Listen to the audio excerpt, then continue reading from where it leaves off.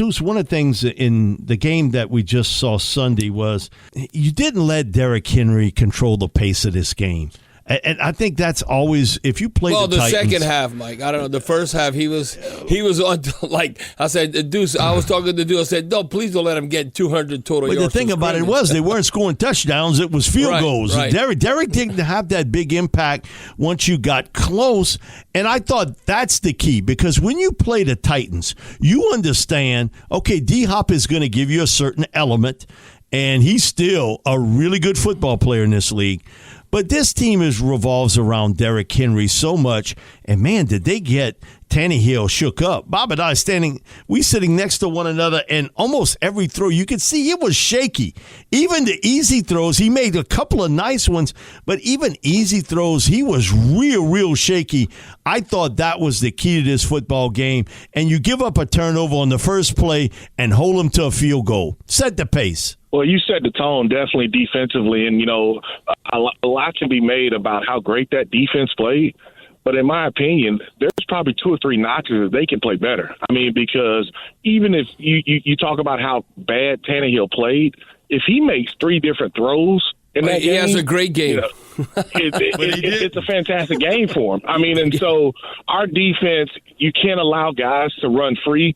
And there were probably 4 or 5 times that you've got guys running free.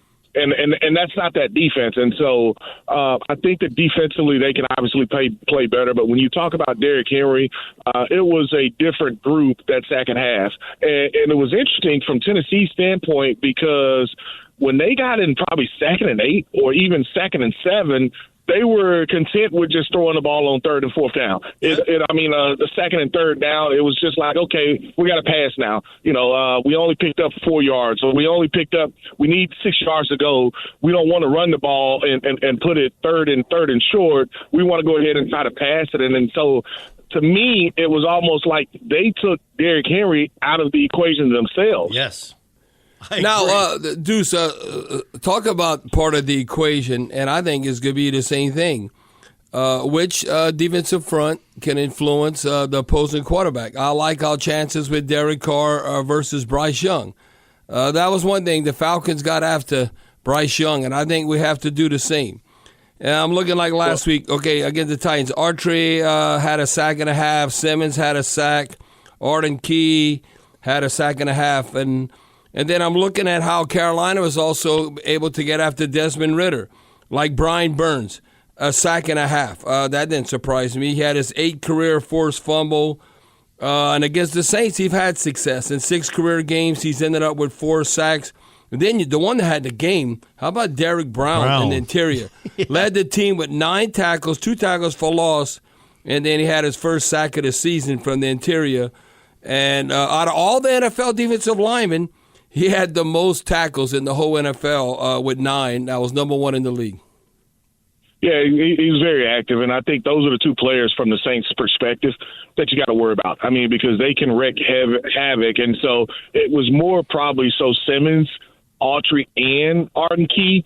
I don't know if they have a complementary defensive end, when you talk about when you look at it, Arden Key as well as when you put the comment Arden Key, Simmons, and Autry. I don't think they have the 3-headed monster. Yeah, they have Justin, Houston, and Burns, and Derek Brown. Yeah, well, but Derek Brown and Burns are going to be enough of a problem themselves.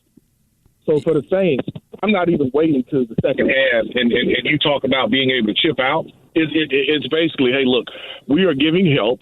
We're giving presence. We don't care if you know that. I don't care. But if I can secure the pocket for my quarterback, the Saints can work down the field. They can work down the field. Here's the thing, Bobby. You can get in and out of plays. You can switch protections. I can pick up the blitz. If a team does blitz, then now they're short a guy. And now that means I got one-on-one, either on the outside or with my tight ends. Now, you mean to tell me you don't like those matchups? Yeah, and they're looking their best corner. It's like they don't have J.C. Horn. It'd be us not having Lattimore available. I mean, I agree, but but now if they're gonna gamble and say, okay, we're gonna blitz you, we're gonna send a 5th guy because you're chipping out. You're chipping out. We're gonna send a 5th guy, but now we're going to be a little bit vulnerable because I have to leave somebody in one-on-one. You know, they're going to be man-to-man, and so I think the Saints like that matchup. I think the Saints feel like they can win those matchups more than lose those matchups, if that makes sense. You know, Deuce, just like the Titans, though, Carolina, I think they're going to want to run the ball. I thought Miles Sanders had a good debut in the Carolina Panthers uniform. He had right at 100 scrimmage yards, and you throw in Chuba Hubbard. He had 69. So you talking about when you rate 167 scrimmage yards, and I want to say they averaged like 5 yards a carry. So it's not like they were really stopped. But Bryce Young didn't have any success. They got after him with the pass rush. But I still think first things first. That I think you have to make, Bryce Young has to beat you. You can't let like Miles Sanders and Hubbard get off. No, you can't let them beat. I mean, and, you know, I guess a report coming out today that they won't have their 2 starting guards from last year. So Christensen won't be available, and so there'll be some shuffling going on with that offensive line. I mean, the Saints can't. I don't care if it's Hubbard. I don't care if it's Sanders or even Young. The Saints can't allow them to run the football. You have to force them to say, hey, Bryce, you've got to beat me, and not necessarily – I think they'll get DJ back this week as far as to stretch the field. But the problem last week, they couldn't get any separation. None of the receivers down the field could get any separation. And so Atlanta sat on a lot of routes. And so without the threat of somebody going up top and them actually hitting it and connecting, the Saints are going to pretty much say, hey, look, we're going to play this game in a 15-yard box, maybe even closer than that, maybe a 12-yard box, and force this field. We're going to constrict everything and see if you can beat us. Now, Deuce, you know what I was really encouraged by, because this is just a casual football fan. You know, they always want you to go bombs away or push it downfield, and not like Bryce Young did, where he was checking the ball down a lot, only completed 52% of his passes, he had 146 yards.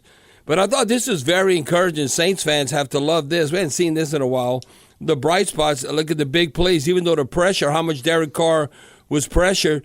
4 completions that went at least for 25 yards and 2 that went for more than 40 yards. That's some chunk plays right there. Yeah, and I think that just shows you, you know, what this offense can be, because you know you can stretch the field. You've got 2 guys that can stretch the field. And, you know, even once Alvin comes back, that's another guy that can stretch the field or at least give you plus 20 type plays. And so here's the thing. With all the pressure that you had, let's just say that you had 10 total pressures, and I think it was a little bit more than that. Can you eliminate that to 5? Can you eliminate, if I had 10 total pressures, can I half that? And now my quarterback on 5 dropbacks, he has the time to be able to scan the field, look down the field, and be able to exploit one of those one-on-one matchups. Even if he has to check it down, those are 5 pressures that you could probably add another roughly 60 yards, maybe 100 yards off of just 5 throws. I mean, and so that's what it's going to come down to.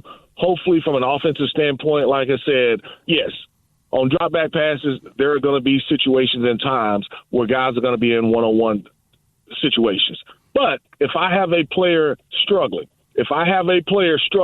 after 3 or 4 drives, I've got to figure out, hey, you know, we're going to adjust a little bit. We're going to tweak something, and you can't be slow to do it, because, as you know, you may only get 8, 9, 10, 11 possessions. Yep. So if I've already had 3 or 4 possessions, those next 6 or 7, 8 possessions, I'm going to change what we do from an offensive standpoint to help guys that are struggling with a wide 9. Trevor Penning. I'm not going to let a team just take advantage of that just because a guy's struggling a little bit. Trevor Penning.